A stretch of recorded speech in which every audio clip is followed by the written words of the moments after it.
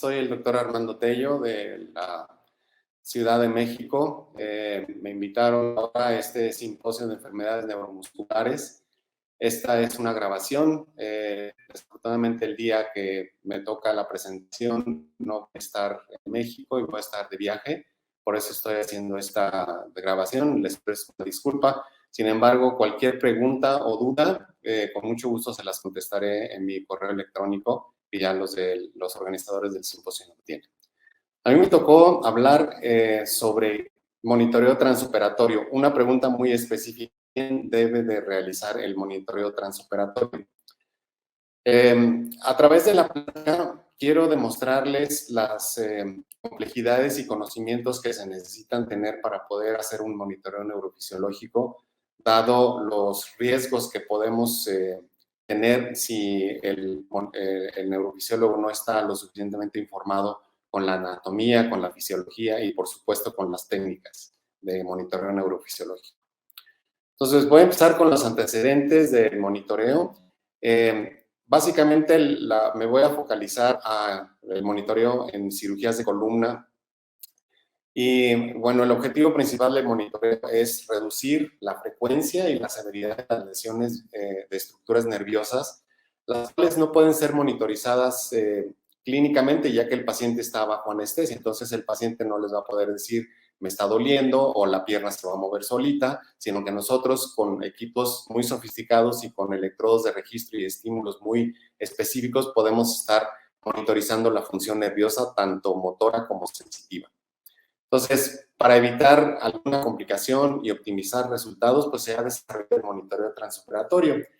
Y con este podemos identificar lesiones o irritaciones neuronales en el momento en que todavía es posible corregir y evitar un daño permanente. El monitoreo debe de tener muy pocas falsas positivas y ninguna falsa negativa. Eso es muy importante. Vámonos un poco a la historia. En las épocas de los 50, 60, Penfield exploró intraoperatoriamente en pacientes que estaban siendo sometidos a cirugía de la epilepsia. Exploró con actividad eléctrica, estimulaciones eléctricas, los sistemas motores y sensoriales de pacientes en vivo. Y de ahí el logro de Penfield. Y entonces podemos ver aquí en esta parte de la derecha cómo está el mapa del cuerpo humano representado en la cara, la mano, los pies. Él fue de los primeros que fueron aplicando el monitoreo transoperatorio. Esta es la historia. Desde 1913, la primera persona que provocó una respuesta con una actividad eléctrica fue Richard Catton en Liverpool. Después Dawson en 1947, ya esto hecho en sujetos, en pacientes, logró provocó las respuestas corticales al estímulo de un nervio periférico. Posteriormente, en 1954, ya con el advenimiento de computadoras muy rústicas, se pudieron hacer el registro con potenciales evocados, y en 1970, en los 70, principios de los 70, mediados, se utilizaron los potenciales somatosensoriales en cirugías de columna. Ya para 1990, la evidencia era lo suficientemente importante como para que la Asociación Americana de Neurología recomendara el uso de potenciales evocados durante cirugías de columna, básicamente de escoliosis. En 1985 se registraron por primera vez los potenciales motores, y ya en el 91, en 2001, se empezaron a utilizar con mucho más frecuencia. Gracias a esta búsqueda de la aplicación del monitoreo transoperatorio, en 1995, Mark Neuer, en un artículo publicado en Electroencephalography and Clinical Neurophysiology, demostró los beneficios de la aplicación de somatosensoriales en pacientes que estaban siendo sometidos a cirugías de escoliosis.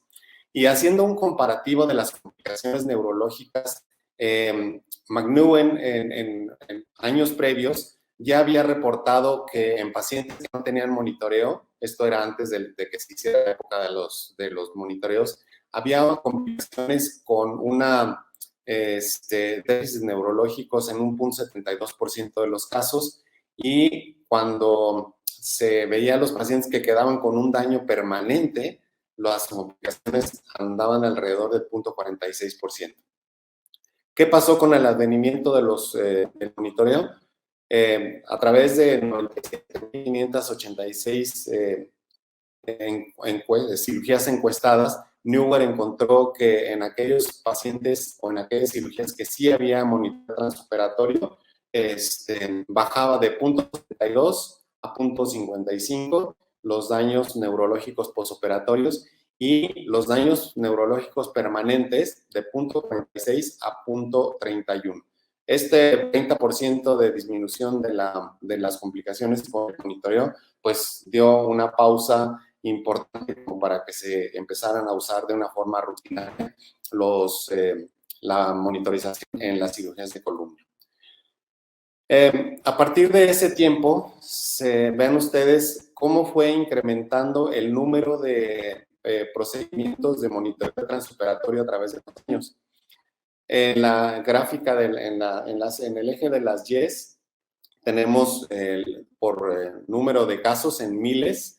En 1997 había 10,000 casos monitorizados, y para el 2010 ya había 130,000 casos.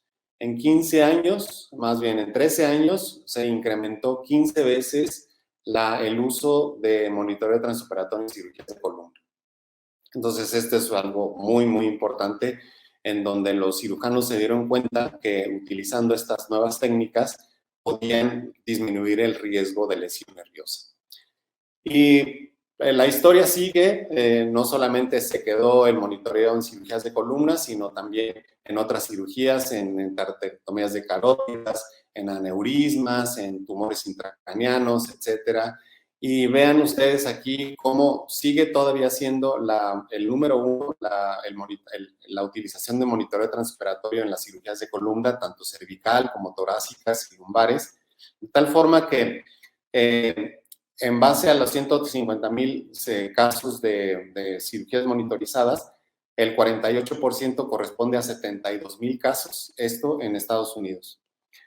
Bueno, una cosa importante, cuando estamos monitorizando las vías nerviosas y la vía medular, pues queremos asegurarnos de que el paciente no salga con un déficit ni sensitivo y principalmente motor, que no salga con un déficit motor que le provoque una monoplegia o paraplegia o lesión de alguna de las vías corticoespinales.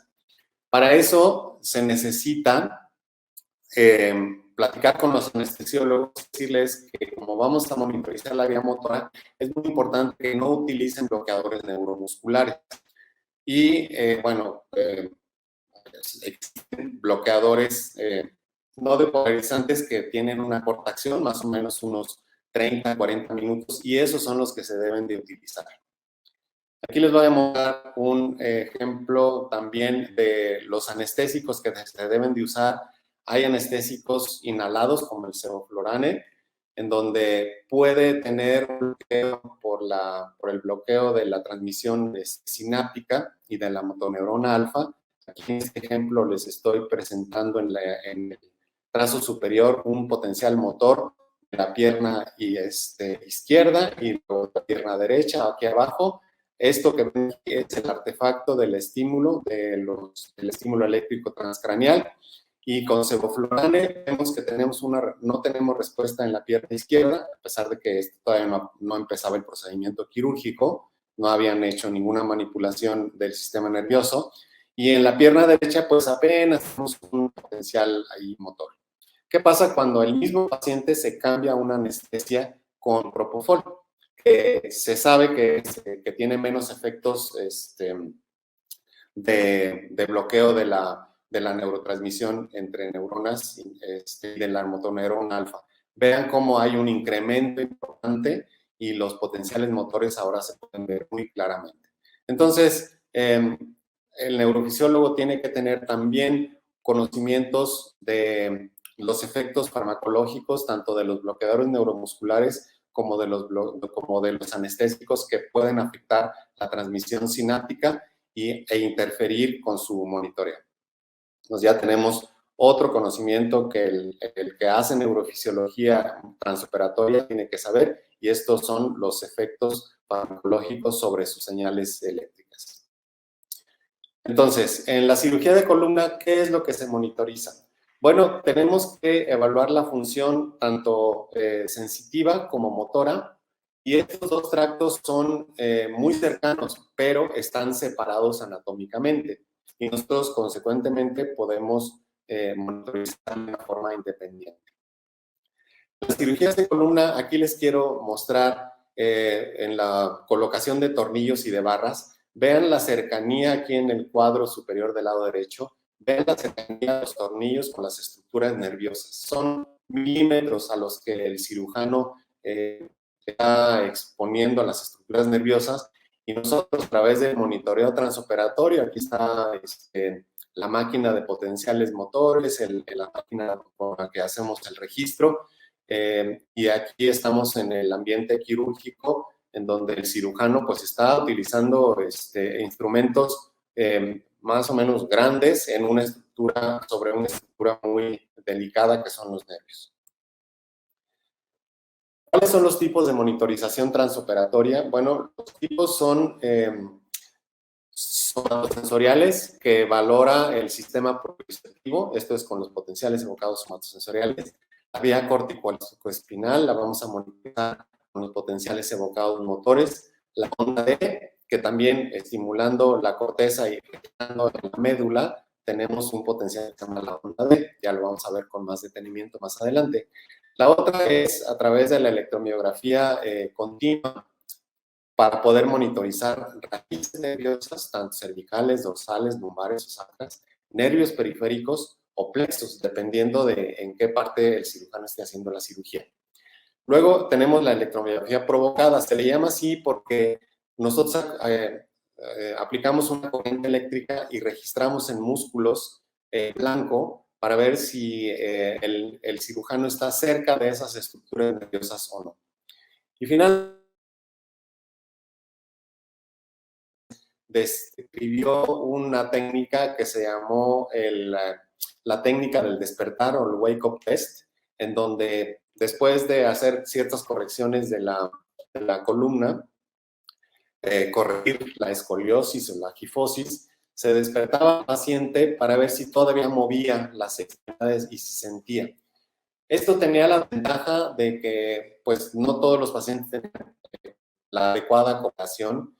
El otro aspecto era que se hacía una manipulación de la médula, se tenía que esperar a que el efecto anestésico pasara y preguntarle o pedirle al paciente que moviera las extremidades. Todo esto pudiera durar más o menos como una media hora o 45 minutos. Y nosotros sabemos que una estructura nerviosa está con alguna compresión que deje de irrigar el flujo sanguíneo a la médula, pues podemos tener un cambio irreversible. En cambio, si estamos monitorizando constantemente la vía sensitiva y la vía motora, podemos decirle al cirujano, aunque el paciente esté dormido, anestesiado, si ha existido en el momento algún defecto en la conducción medular.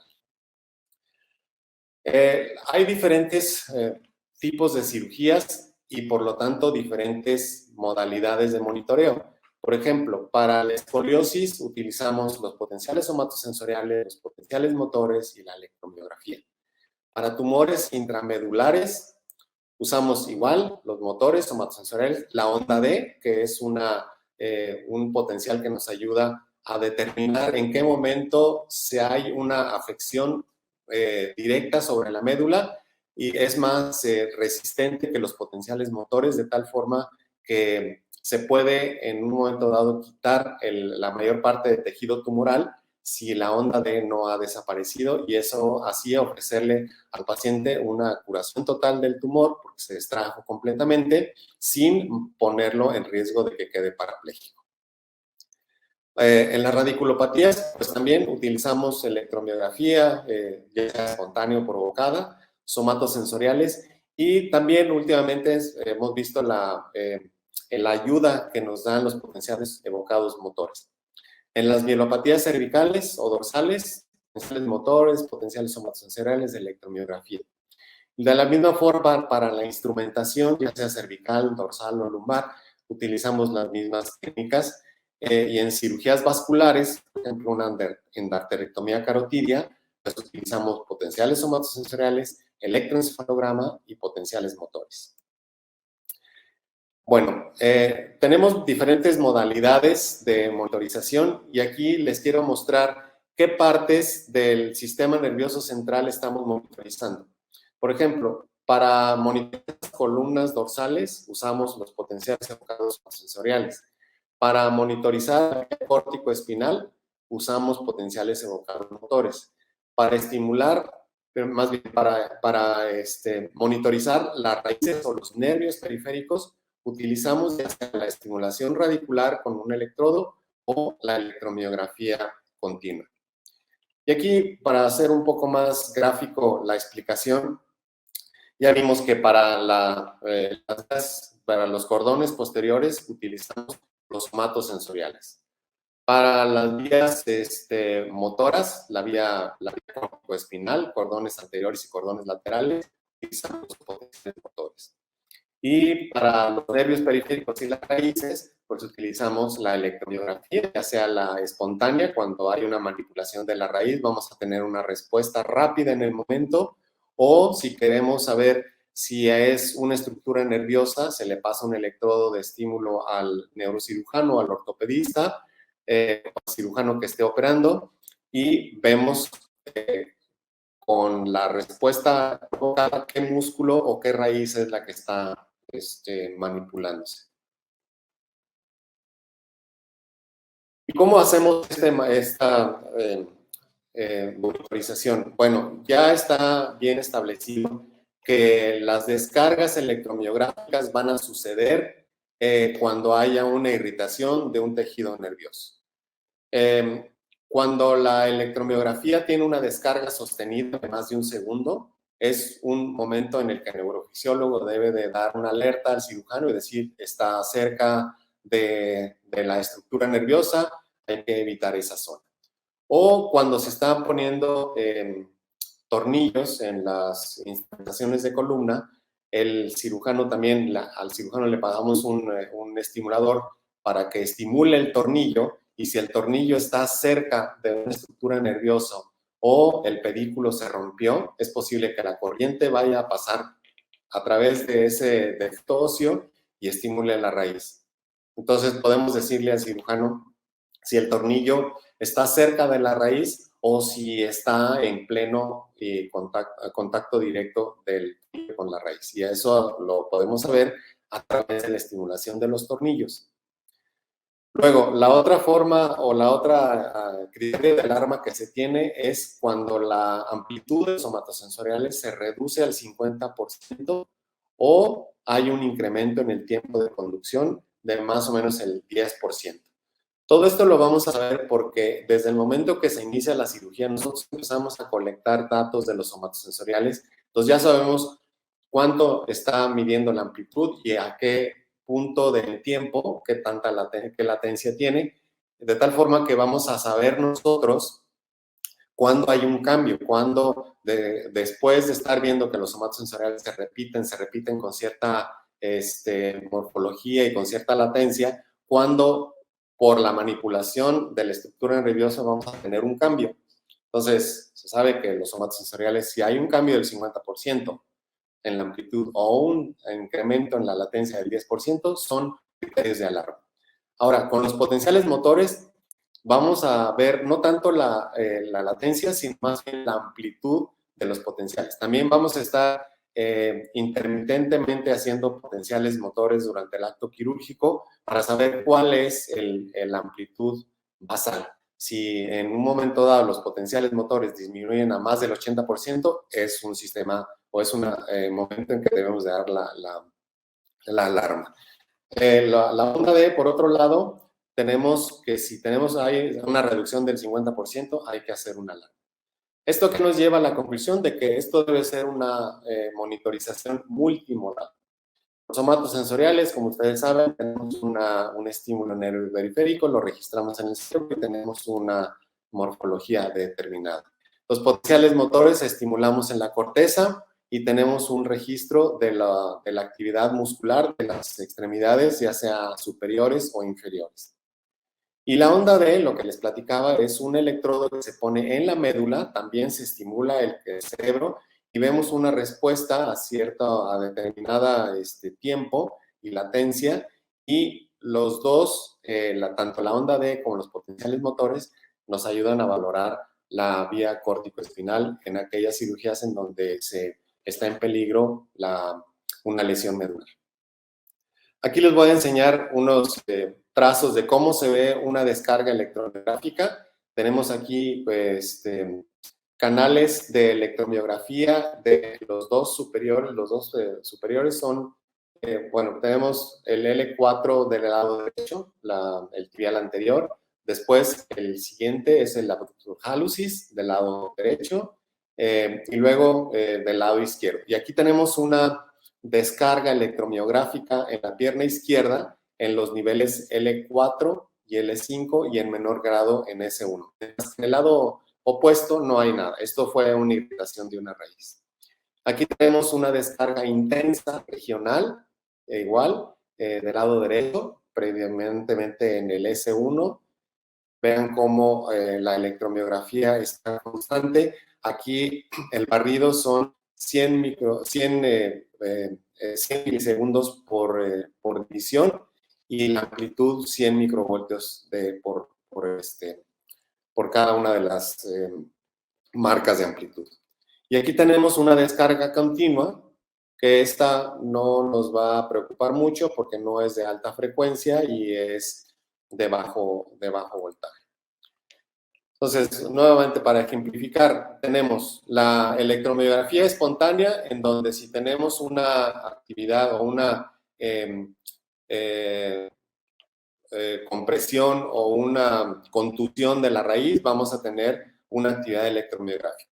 La otra es estimulación del tornillo, se estimula el tornillo y si tenemos una respuesta, tenemos que avisar al cirujano. Y estos son los umbrales de estimulación. Si vemos que hay una respuesta cuando tenemos una estimulación de 4 miliamperios, quiere decir que es una alta posibilidad de que el pedículo esté roto. Entre 4 y 8 hay cierta posibilidad de que el pedículo esté roto o que esté el tornillo cerca de la raíz. Pero si no tenemos ninguna respuesta más de 8 miliamperios, es que el pedúnculo está íntegro. Aquí tenemos el ejemplo de una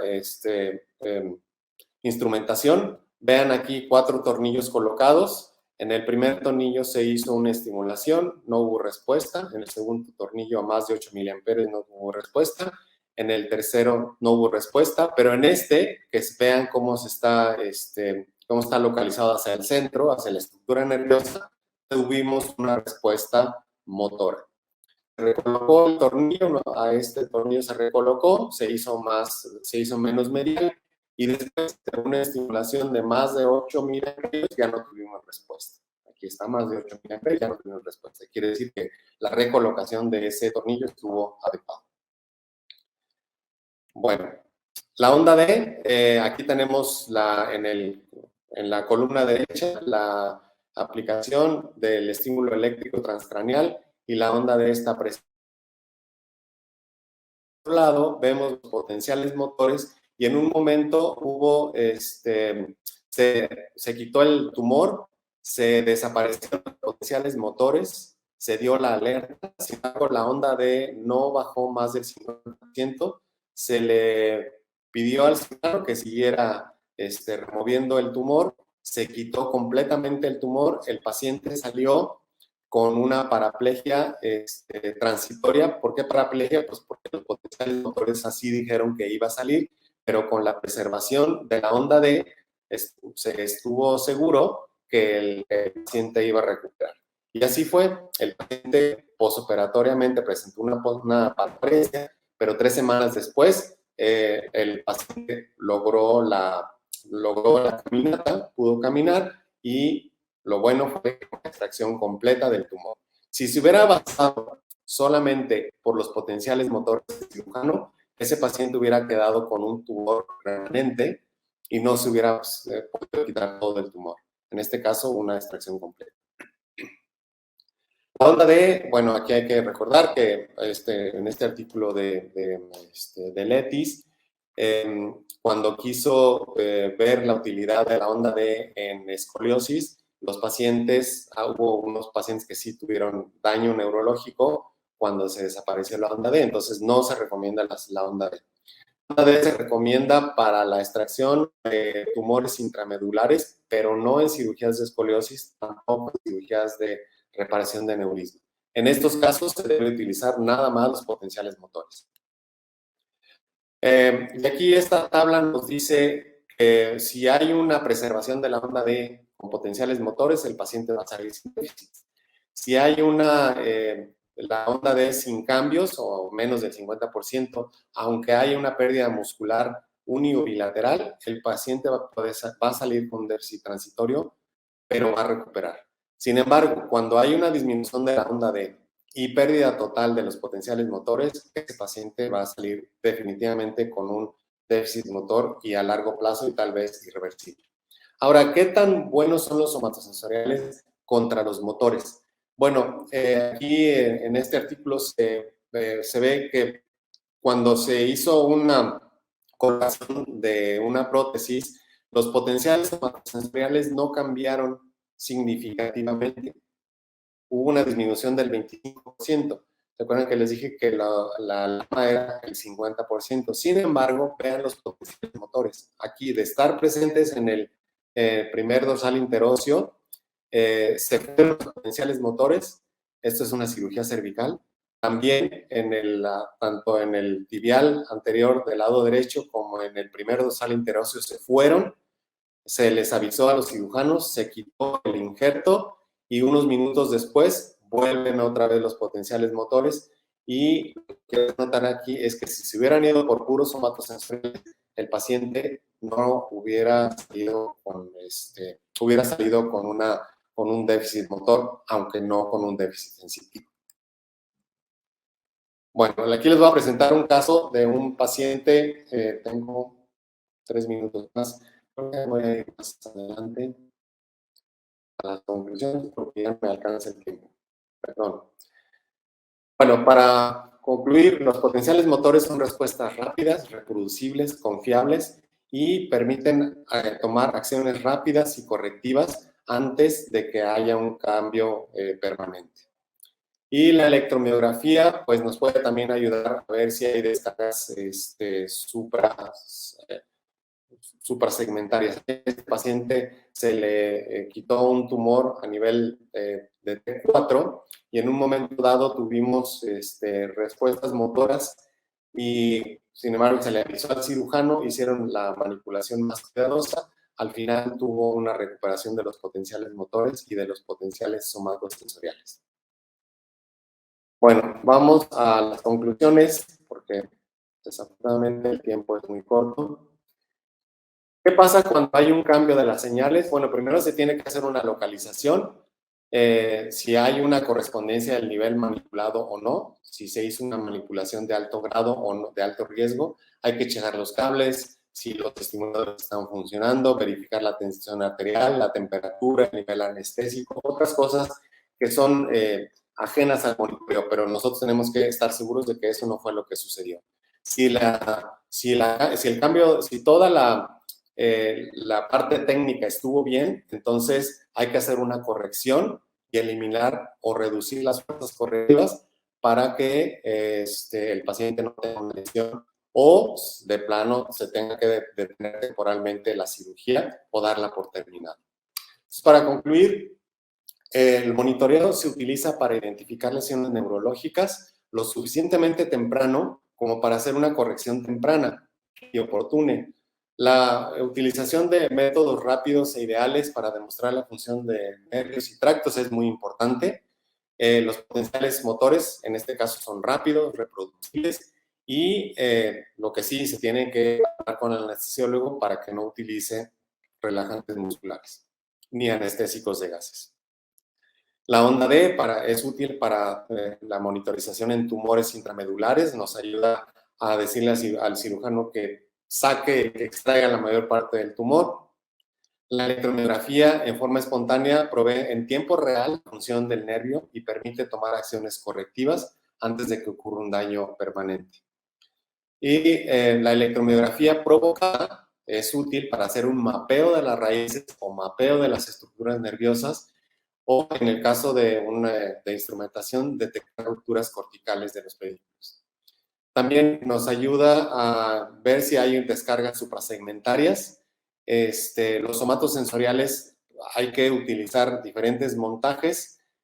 Realmente no hubo tiempo para explicarles esta conclusión final, pero bueno, los somatosensoriales se deben de tener al menos 3 montajes diferentes, porque podemos tener variaciones de las amplitudes y las latencias, aunque no haya una manipulación, y eso debido a que hay diferentes vectores en cada paciente, entonces tiene que tener al menos 3 montajes para poder escoger cuál es el más constante. Bueno, creo que con esto tenemos ya el tiempo encima y lo único que les quiero decir es que el trabajo debe de ser en equipo, hablar con los neurocirujanos o con el neurocirujano, con el anestesiólogo y esto nos llega a la final, ¿quién debe de hacer el monitoreo? Bueno, pues alguien que sepa de neurofisiología, de anatomía, de neuroanatomía, de farmacología, de muchas cosas y alguien que definitivamente tenga un entrenamiento y que haga casos cada vez más complejos para poder hacer y estar seguros de que el paciente no va a sufrir ningún riesgo durante el acto quirúrgico. Con eso, muchas gracias por su tiempo y hasta luego.